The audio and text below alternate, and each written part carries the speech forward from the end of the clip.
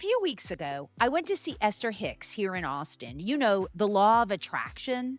And something she said really echoed in my mind ever since. She said, "You don't get what you want, you get what you expect."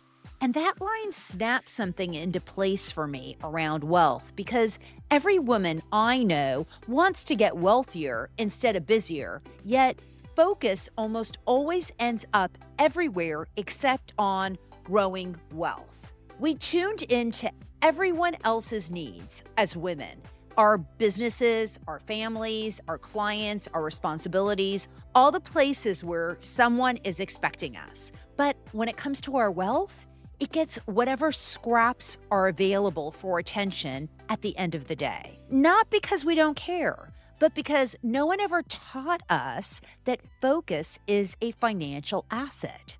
We were trained to manage money, not to multiply it. We were trained to build wealth, but not to multiply it.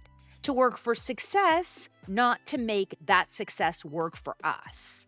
And that's how women end up with a lot of income, but not necessarily a lot of wealth. Success, but not a lot of freedom. A full life, but not a financially sovereign one.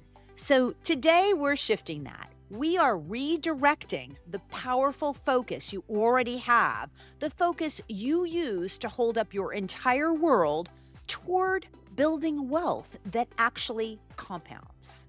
This is the Women Growing Wealth podcast, and I'm your host, Tamar Hermes. Please take a moment and review the podcast with a 5-star review. And if you haven't subscribed to our channel on YouTube, hit that button right now.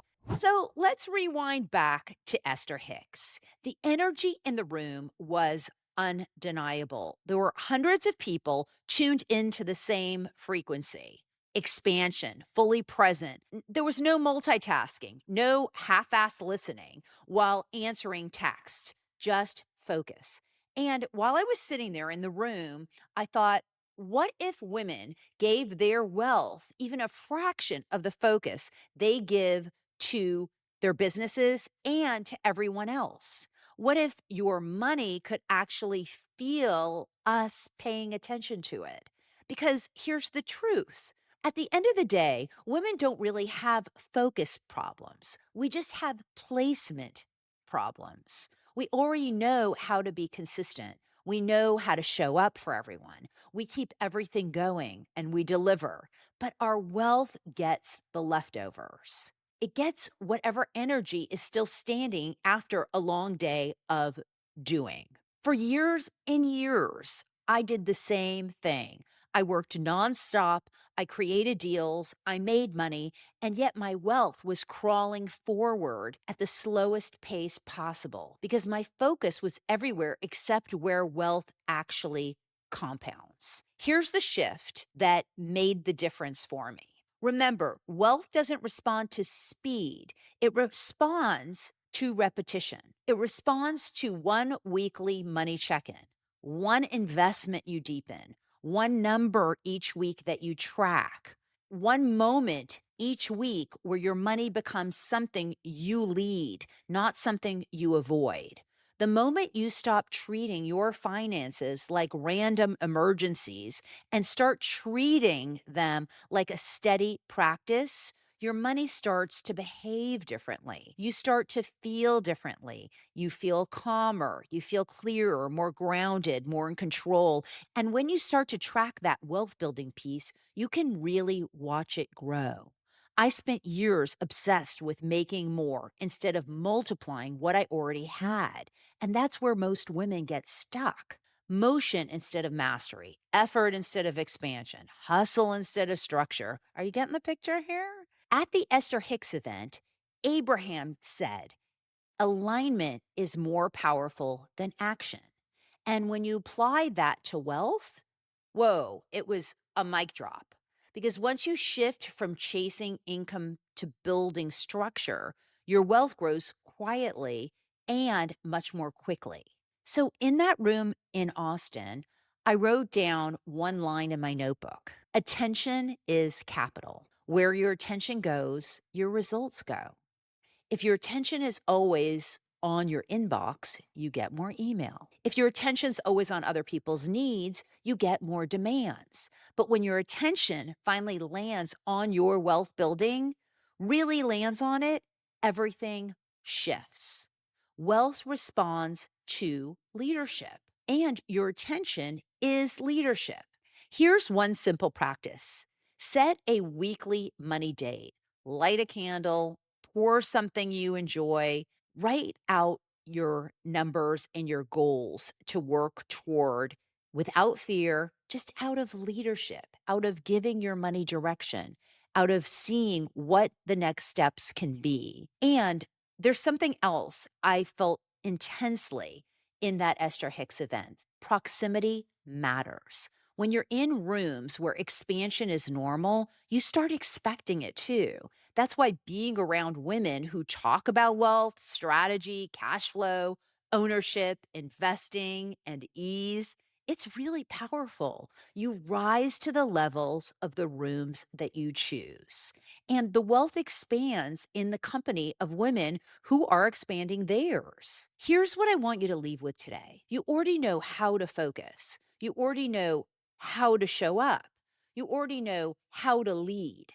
Now it's time to let your money experience that same leadership, because what you focus on expands, including your financial freedom. It's amazing to me how Abraham's teachings become shockingly practical, and that wealth stops growing for most women because they're missing infrastructure. It's not a motivational or desire thing.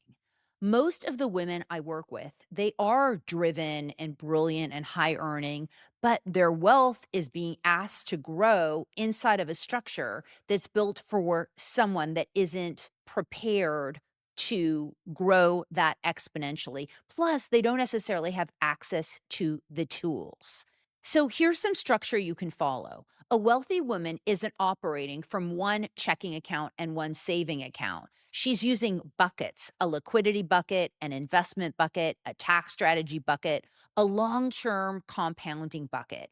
We need to remember that any money that's being invested is being invested over a longer period of time. Wealthy women aren't hoping their money will grow. They engineer the conditions for it, and they know that that compartment of finance that's been invested is going to be held in that position for an extended period of time. You want to get clarity on what investments will feed cash flow, what investments will reduce your taxes, what investments will build long term net worth, and what investments are just simply noise. You want to get an idea around these so that you don't lump them all together. It's not a question of, should I be doing more with my money? That's not the strategy. That's just the mental clutter. Well, Abraham talks about allowing, and allowing isn't passive. Allowing is creating the structure for ease to actually function. So if we look at it with wealth, wealth is expanding when the systems can hold it. And that's why we need to make sure that our investments are in the proper pieces. Wealth requires that infrastructure in order to take the deliberate action that's going to bring the financial portfolio into a growth mode. So when you're asking yourself, should I be investing more? Should I be saving more? Should I be waiting to invest in that property? Should I keep this cash or deploy it? It becomes a swirl unless you are building that structure around it. So before you try to make all of the money work for you, upgrade the system that the money is landing in. And this is something that wealthy women do really effectively. They know their liquidity target. They know the exact amount of cash they need accessible.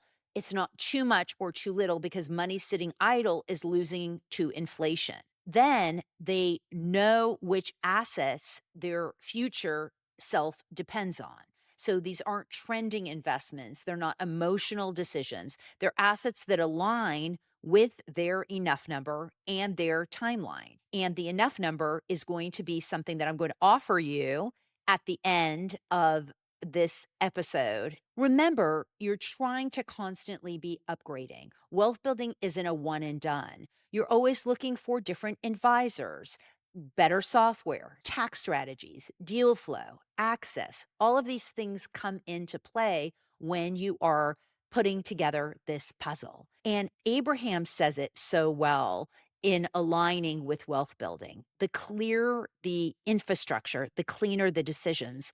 And it naturally makes sense that the faster the money will compound. So if you take nothing else from this episode, don't just give your money a focus, give it a container that's designed to support the wealthy woman that you're becoming and that aligns with your financial goals. Now, if you're listening to all this and you're thinking, this is great, Tamar, but I still just don't know where to start. I need a baseline. I need to know where I'm heading.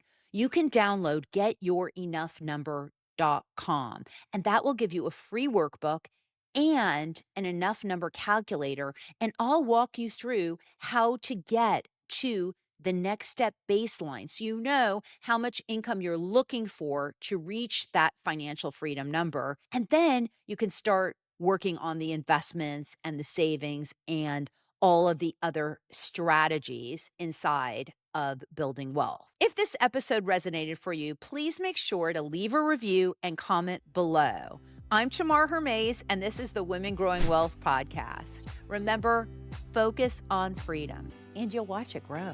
See you next week.